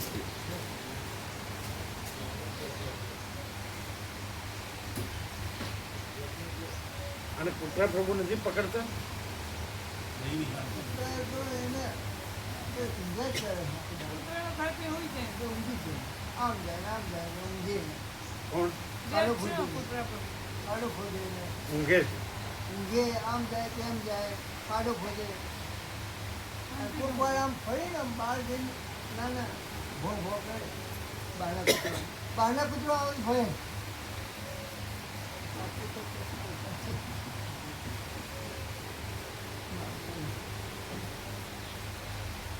આ શું લેવા કાલ સાંજનો પ્રસાદ થતો પેલો ટોકરમાં હતો ને એ ટોકરવાળો એ ટોકર વાળો પ્રસાદ આપ્યો સાંજનો ગૌતમ પ્રભુ જવાન પ્રભુ પછી મારી એને જેટલો હતો જે ભરપૂર રહ્યો ભરી એમને આપી જ જોઈએ બે જણ તો આપવાનું કીધું મેડમ મેં આ આપ્યો પણ એ લઈ ગઈ છે હમણાં. દો લોકો બધી ગાડીને વાપ આ લોકો નો આપ્યો કાલ રાતવાળો ટોકરમાં તો પૂરો થઈ ગયો બધો. ટોકરમાં તો ઘણું દેખાતું હતું ના એ 3 કોથળીઓ પડી એમ છે. પૂરો થઈ ગયો કાં? કોણે કોણે કોણે કોણે કોણે લીધો હા ટોકરમાં તો ઘણો દેખાતો હતો એટલો જ હતો બધાને આપ્યો એટલે એટલો કઈ એને આપ્યો એટલે પૂરો થઈ ગયો બધાને દોઢ મુઠ્ઠી આપ્યો હતો ને એ રીતે. વધારે નહોતું ટોકરમાં વધારે હતું એ અહીંયા હતું હોલસેલ હતો એટલો જ હતો. હોલસેલ મેં લઈ ગયા એટલો જ હતો હે હોલસેલ અંદર લઈ ગયા તે એટલો જ હતો બધાને થોડો જ હતો એમ. ત્રણ જણને આપી બે જણ આપણે જોઈએ. શું છે પાનો નંબર પાના નંબર 134 તારીખ 20 134 આપણે 125 થી કરીએ. 20 તારીખ છે ને? હા 20 તારીખ. આ થવા દો. હા એટલે તરફ પૂરો થાય છે ને? ના છે. હા બસ તૈયાર છે. 1 2 દોઢ પાનું. બરાબર. જેમ પવનના ચલન અને અચલન કહેવા પૂરતા જ પવનથી જુદા છે પણ વાસ્તવિક રીતે જુદા નથી, તેમ જગતની ઉત્પત્તિ તથા પ્રલય પણ કહેવા પૂરતા જ એ દેવથી જુદા છે પણ વાસ્તવિક રીતે જુદા નથી, કારણ કે એ દેવની સત્તા એવી અખંડિત છે કે તેમાં બીજા કોઈની સત્તા સમાય એમ નથી. એ દેવ સર્વકાળમાં અને સર્વ દેશમાં જ્ઞાની પુરુષોને પ્રકાશમાન છે, અજ્ઞાનીઓને અપ્રકાશિત છે, અને મુક્ત પુરુષોને અપ્રકાશિત નથી તેમ પ્રકાશિત પણ નથી. કારણ કે એ દેવની સત્તા એવી અખંડિત છે કે તેમાં બીજા કોઈની સત્તા સમાય એમ નથી. એ દેવ સર્વકાળમાં અને સર્વ દેશમાં જ્ઞાની પુરુષોને પ્રકાશમાન છે, અજ્ઞાનીઓને અપ્રકાશિત છે, અને મુક્ત પુરુષોને અપ્રકાશિત નથી તેમ પ્રકાશિત પણ નથી. એ દેવ ચલન રહિત છે, કલ્યાણ સ્વરૂપ છે અને શાંત સ્વરૂપ છે. એમાં જ કલ્પાયેલી અવિદ્યાના ચલનથી 3 જગતની ઉત્પત્તિ થાય છે. એ એક જ દેવ અધિષ્ઠાન રૂપ છે અને ભરપૂર સ્વરૂપવાળા છે. જેમ પુષ્પોનો વિનાશ થતાં પણ તેના પાર્થિવ ભાગનો વિનાશ થતો નથી, તેમ બ્રહ્માંડોનો વિનાશ થતાં પણ એ દેવની સત્તાનો વિનાશ થતો નથી. જેમ ધોળા વસ્ત્રમાં રહેલું ધોળાપણું પ્રત્યક્ષ છે છતાં પણ તેને ગ્રહણ કરી શકાતું નથી, તેમ એ દેવ પ્રત્યક્ષ છતાં પણ ગ્રહણ કરી શકાતા નથી. એ દેવ વાણીથી રહિત છે છતાં પણ બોલે છે, મનથી રહિત છે છતાં પણ મનન કરે છે, સર્વદા તૃપ્ત છે છતાં પણ ભોગવે છે, અને તે ક્રિયાના સાધનોથી રહિત છે છતાં પણ ક્રિયા કરે છે. એ દેવ અંગ રહિત છે છતાં સર્વ અંગોવાળા છે. તેમને 1000 હાથ અને 1000 આંખ, હસ્ત અને નેત્રો છે. એ દેવ કોઈમાં રહેલા નથી છતાં સઘળા જગતમાં વ્યાપેલા છે. એ દેવ ઇન્દ્રિયોના બળથી રહિત છે છતાં સઘળી ઇન્દ્રિયોની ક્રિયાઓ એમનાથી જ થાય છે. એ દેવ મનથી રહિત છે છતાં જગતની અંદર આ સઘળી રચનાઓ એમના સંકલ્પથી ઉત્પન્ન થયેલી છે. એ દેવને નહીં જોવાથી સંસારરૂપી મિથ્યા સર્પથી ડરવું પડે છે, પણ એ દેવના દર્શનથી સંસારની સઘળી કામનાઓ અને ભીતિઓ ક્યાંય ભાગી જાય છે. જેમ દીવાનો પ્રકાશ હોવાને લીધે નાટક સંબંધી સઘળી ક્રિયાઓ પ્રવર્તે છે, તેમ અવિચળ અને મહાપ્રકાશરૂપ એ સાક્ષી હોવાને લીધે ચિત્તની ચલનરૂપ સર્વ ચેષ્ટાઓ પ્રવર્તે છે. જેમ સમુદ્રમાંથી નાના મોટા તરંગોની પંક્તિઓ ઉઠે છે, તેમ એ દેવમાંથી ઘટપટ આદિ સેંકડો પદાર્થોની પંક્તિઓ ઉઠ્યા કરે છે. જેમ સોનું, કડા, બાજુબંધ, કેયુર અને ઝાંઝર આદિ અનેક રૂપે ઉદય પામે છે, તેમ એ જ દેવ અનેક વ્યાવહારિક અને મિથ્યા પદાર્થો રૂપે ઉદય પામે છે. જો એ દેવનો સાક્ષાત્કાર થાય તો તમે, હું અને આ સઘળા લોકો એક રૂપ જ છીએ, અને જો સાક્ષાત્કાર ન થાય તો તમે, હું અને સઘળા લોકો ભિન્ન ભિન્ન છીએ. જો એ દેવનો સાક્ષાત્કાર થાય તો તમે, હું અને આ સઘળા લોકો એક રૂપ જ છીએ, અને જો સાક્ષાત્કાર ન થાય તો તમે, હું અને સઘળા લોકો ભિન્ન ભિન્ન છીએ. જળમાં તરંગોની પંક્તિ જળથી અન્ય નથી છતાં તે અન્ય જેવી લાગે છે, તે અભિન્ન છે છતાં ભિન્ન જેવી લાગે છે, અને તે અનાદિ છે છતાં ઉત્પન્ન થયા જેવી લાગે છે, માટે તે મિથ્યા છે. તે જ પ્રમાણે એ દેવમાં દ્રશ્ય પદાર્થોની પંક્તિ અન્ય નહીં છતાં અન્ય જેવી લાગે છે, અભિન્ન છતાં ભિન્ન જેવી લાગે છે, અને અનાદિ છતાં ઉત્પન્ન થયા જેવી લાગે છે. આથી તે મિથ્યા છે. કાળ સંબંધી 6 વિકારો, દ્રશ્ય પદાર્થોનો દેખાવ અને અનેક જાતના માનસિક મનોરથો એ દેવને લીધે જ સ્ફુરે છે. એ દેવના પ્રકાશથી જ જગતનો પ્રકાશ થાય છે. ક્રિયા, રૂપ, રસ, ગંધ, શબ્દ, સ્પર્શ અને અંતઃકરણનું ચૈતન્ય આદિ જે કાંઈ તમારા જાણવામાં આવે છે તે એ જ દેવ છે, અને જેથી એ સઘળું જાણવામાં આવે છે તે પણ તે જ દેવ છે. હે સુજન, પ્રમાતા, પ્રમાણ અને પ્રમેય એમાં અખંડિત રૂપે જે સંવિત જ્ઞાન રહેલું છે તે તમારું સ્વરૂપ છે એમ તમે એકાગ્ર મનથી સમજો. એ બ્રહ્મ જન્મ રહિત છે, જરા રહિત છે, અનાદિ છે, અવિચળ છે, નિત્ય છે, સુખરૂપ છે, નિર્મળ છે, જાણ્યા પછી દૂર થાય એમ નથી, અત્યંત વંદનીય છે, શુદ્ધ છે, સઘળી રચનાઓથી રહિત છે, કારણોના કારણ રૂપ છે, અનુભવ રૂપ છે, બીજાથી જણાય એમ નથી, જ્ઞાન રૂપ છે, સર્વરૂપ છે અને સર્વરૂપ છતાં પણ ગુપ્ત રહેલું છે. હે સુજન, પ્રમાતા, પ્રમાણ અને પ્રમેય એમાં અખંડિત રૂપે જે સંવિત જ્ઞાન રહેલું છે તે તમારું સ્વરૂપ છે એમ તમે એકાગ્ર મનથી સમજો. એ બ્રહ્મ જન્મ રહિત છે, જરા રહિત છે, અનાદિ છે, અવિચળ છે, નિત્ય છે, સુખરૂપ છે, નિર્મળ છે, જાણ્યા પછી દૂર થાય એમ નથી, અત્યંત વંદનીય છે, શુદ્ધ છે, સઘળી રચનાઓથી રહિત છે, કારણોના કારણ રૂપ છે, અનુભવ રૂપ છે, બીજાથી જણાય એમ નથી, જ્ઞાન રૂપ છે, સર્વરૂપ છે અને સર્વરૂપ છતાં પણ ગુપ્ત રહેલું છે. શ્રી યોગ વાસિષ્ઠ મહારામાયણમાં ઉત્પત્તિ પ્રકરણનો ઉત્પત્તિ પ્રકરણાર્થ કલ્પન નામનો સર્ગ 9મો સમાપ્ત. ઓમ ઓમ ઓમ. પાના નંબર પાના નંબર 135. બરાબર છે. પ્રસાદ આપી દો. પ્રસાદ આપી દો.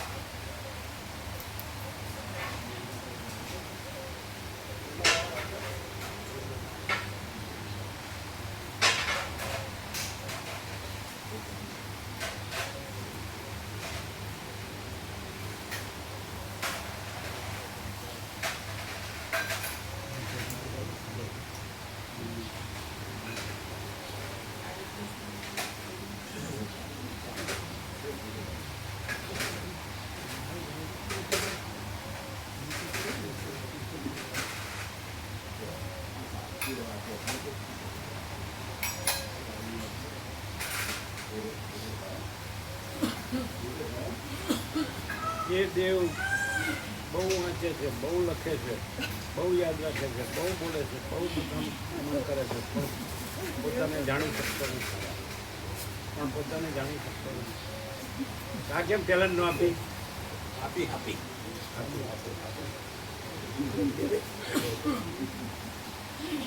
અને એ દેવ જરા પણ મથતા જ નથી અને છતાં પોતામાં પ્રાપ્ય છે. અને દેવ ઘણું મથે છે છતાં પોતામાં અપ્રાપ્ય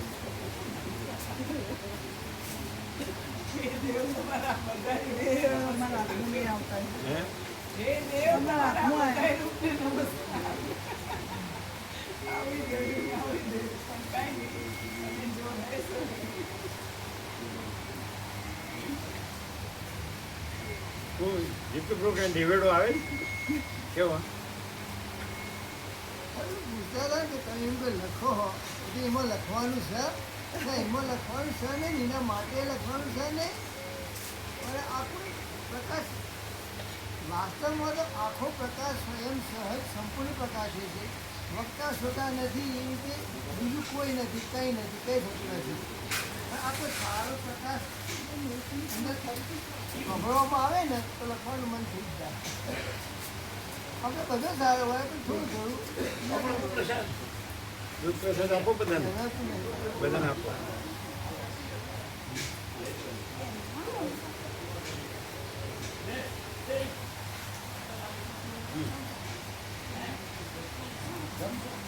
દેશી ગાયનું જ છે ને? 25 જણનું એટલે કેટલા લીટર? 3 લીટર. ઉકાળ્યો છે બરોબર. કંઈ નાખ્યું બીજું કંઈ? ખાલી સારું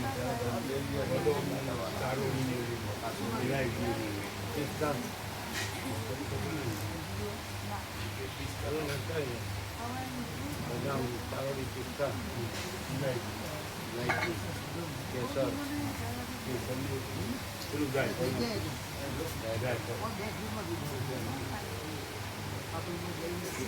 ઘાટું થાય ને ઉકાળે જ નથી બરાબર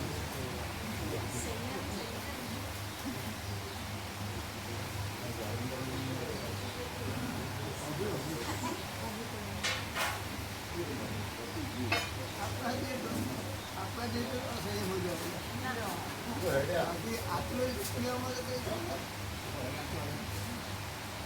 એમાં ચમચી જોવે કે મોઢે માંડું મોઢે મોઢે આપણે રાખીએ જ છીએ ચમચી હાથમાં અમી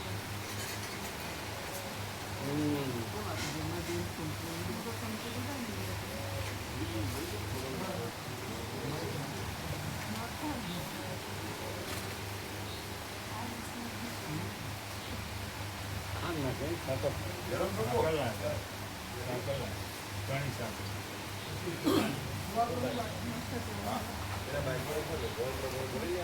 જવાન પ્રભુ જવાન પ્રભુ તમે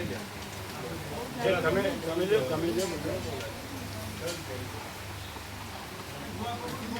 બે જણ હોય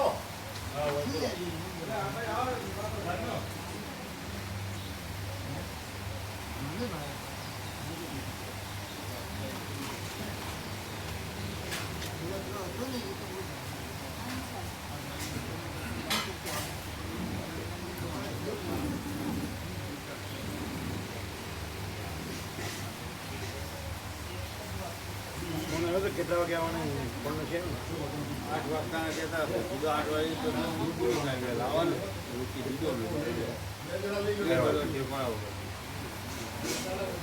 એકાણું કેમ છે ને ઇન્દ્રપુરમ બધાને ઘર છે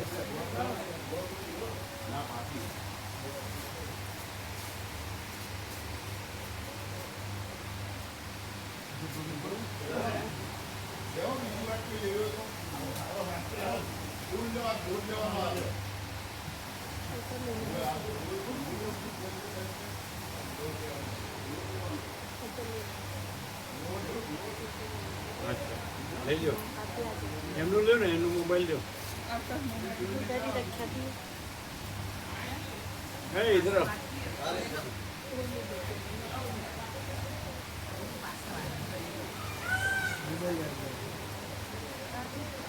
એનો મોબાઈલ લ્યો એનો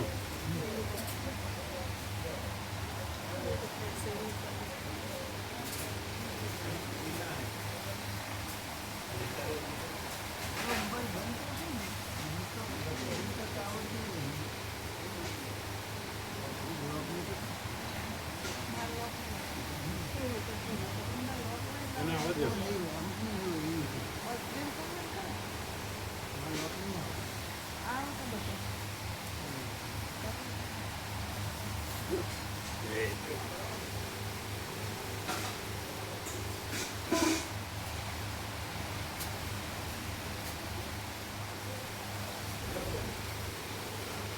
फोकस पे चलो फोकस उधर देखो हाँ वो बताते ना फोकस हाँ उधर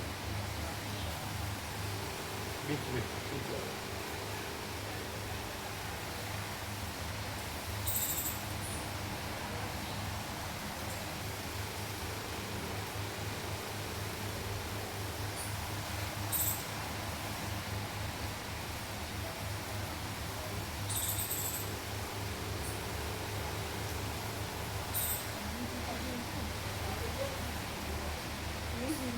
આવ્યો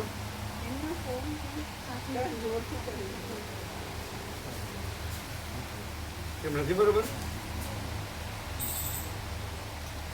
3 લીધા બરોબર ના આવ્યા ના બરાબર છે સરસ છે પણ એમાં અડવાથી તરત ન થતું એકદમ જોરથી ટેપ કરવું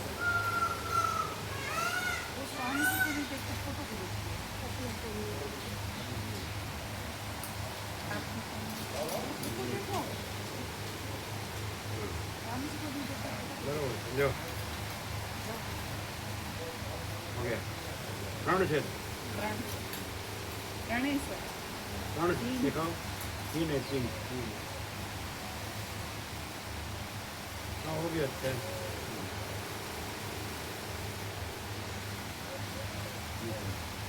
क्लियर है बड़ा कनेक्शन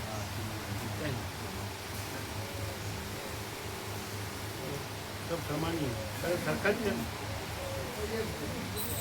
सब समान ही सरकार है ना ब्रह्म कृपा ही केवल मानव ओम ओम ओम मुझे दे देना व्यापक या सुशील प्रभु को दे देना આ ફોટા વ્યાપકમાં મૂકવા માટે સુશીલ પ્રભુ को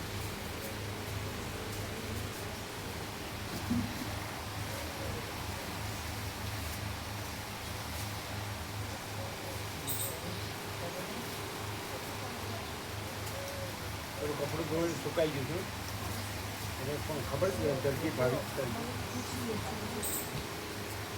મને ખબર હતી મંજીત પ્રમાણે એ થોડું પૂછવાનું રહી ગયું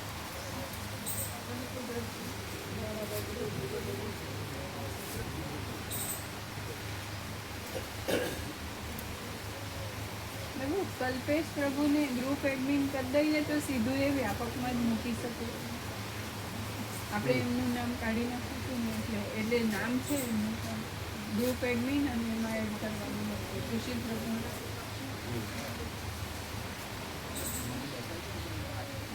એ ખાલી ખાલી બાઉન્ડ્રી જ કરવાની હા હા હા હા કરી બોલ આજે કરેલા લાવન બજારમાં ના સાથે આવશે ખાતો હતો ને કેટલા વાગે ખુલે કેટલા કે લેવા આવું કે તમને બહુ કો સૌતા ને બહુ કો સૌતા અને સમય હશે તો ક્યાં ગઈ એટલે ખાલી બાઉન્ડ એને કટ આખો તાકો હોય ને એટલે કાપીને ત્રણેક પીસ નીકળે એમાંથી એટલું છે બાજુમાં છે લગાઈ આપશે કેટલો હા આવડા 3 પીસ નીકળે ને 3 મીટર બે કેટલા મીટરનો પીસ એ પેલા એમ કહેતા હતા કે 3 નીકળ્યા હતા કેડી પ્રો એમ કહેતા હતા જો નીકળ્યા બે જે નીકળે તો કપડું કેટલા મીટર છે એના ઉપર 5.5 જે હોય એ ના, પાંચ. અમે એક્સ્ટ્રા હોય ને એનું રૂમાલ બનાવી દેવાનું આ ઉપરથી નીકળે એનો રૂમાલ થાય બે ઉપર. રૂમાલ થાય સારું બપોરે આવું મુદ્દો કેટલા વાગે આવું પછી મોડા ચાર વાગે હું આવીશ. એટલે ઊભા ઊભા જ કરવાનું આપણે જાતે એને વાર ન થાય ના વાર લાગે થોડું વાર લાગે કોઈના પેલા એવું નથી. ના જે સાંભળો 2 પીસ નીકળે તો 2 ને 3 નીકળે 3 અને જો 3 નો મેળ ન ખાય પછી રૂમાલ બનાવી દેવાનો હા બરાબર થઈ જાય 3 થઈ જાય એ 3 કે છે પનો છે ને પનો ફૂલ નથી એટલે પનારનો જોવાનો લંબાઈ જોવાની પનો તો કટ થઈ જાય ખબર છે ત્યાં તમે ખુલ્લું કરશો એટલે એ દર્દીને ખબર પડી જશે આપણે સેમ્પલ લઈ જશું ને એ એકદમ સ્ટાન્ડર્ડ હા એ સેમ્પલના માપનો જોઈ લો એ માપનું બસ આપણે 2 કે 3 જે થાય એ તો દર્જી કરી દે એક્ઝેક્ટ 5 મીટર જેવું જો 5 મીટર જેવું 5માં 2 થાય 5માં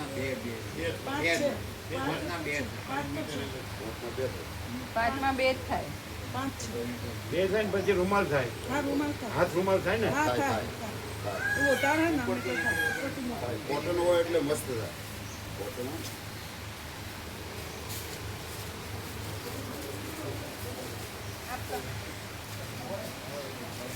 सुशील प्रभु कल्पेश प्रभु ने ગ્રુપમાં હા અને ગ્રુપ એડમિન એટલે અહીંયા તાર્કિક હોય ને દ્રષ્ટિવાળો હોય ને અહીંયા તો એ ખાલી એને આજનો સેશન કાફી છે હા એના માટે આજનો સેશન કાફી છે જે તર્કવાળો હોય ને અહીંયા તર્કવાળો હોય ને દ્રષ્ટિવાળો હોય ને કોઈ તો એના માટે અહીંયા આજનો સેશન કાફી છે આટલું સેશન કાફી છે આજનો સેશન કાફી છે એના માટે એટલે શું મેઇન હતું મેન કે જે દેહમાં કે પરમાત્મા હોતા હશે એમ જેને એ તાર્કિક હોય ને કે આવા તો દેહમાં તો વળી પરમાત્મા હોતા હશે એને ક્લિયર ઉઘાડ થાય આ સેશનમાં. એટલે કેવી રીતે શું ઘડ થાય? એને કે દેહ નથી છતાંય એ પ્રકાશી રહ્યા છે એમાં. જે દેહ દ્રષ્ટિવાળો હોય એમ કે દેહમાં તો પરમાત્મા હોતા હશે, પણ એ દેહ દ્રષ્ટિવાળો હોય ને એને ક્લિયર થાય કે એમ જ પરમાત્મા એ રૂપે પરમાત્મા જ પ્રકાશી રહ્યા છે.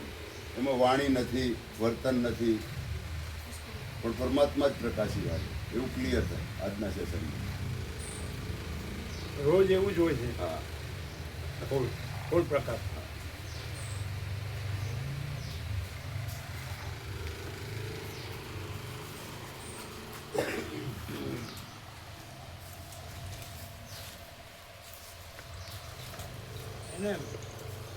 એને કેવું હતું ને ખુલ્લામાં વિશ્રામ કરવાનું કેવું હતું ને શું? આજે ગોઠવશે એવું કીધું. જીતુ પ્રભુ એવું બોલ્યા કે આજથી અહીંયા કરશે એવું બોલ્યા જીતુ પ્રભુ શું બોલ્યા? કે આજથી કરશે. પ્રભુએ પૂછ્યું ને કે અહીંયા વિશ્રામ કર્યો. આસન કરો ને અને મચ્છરદાન રાખો.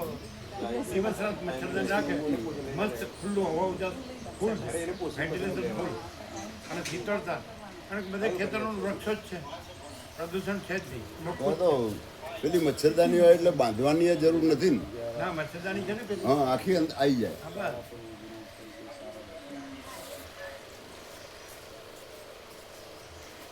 હવે પેલું તો હવે કેટલું આવે પેલું તો હા. આમ બંધિયાર અને આ ખુલ્લું આખું. અગ્નિ અને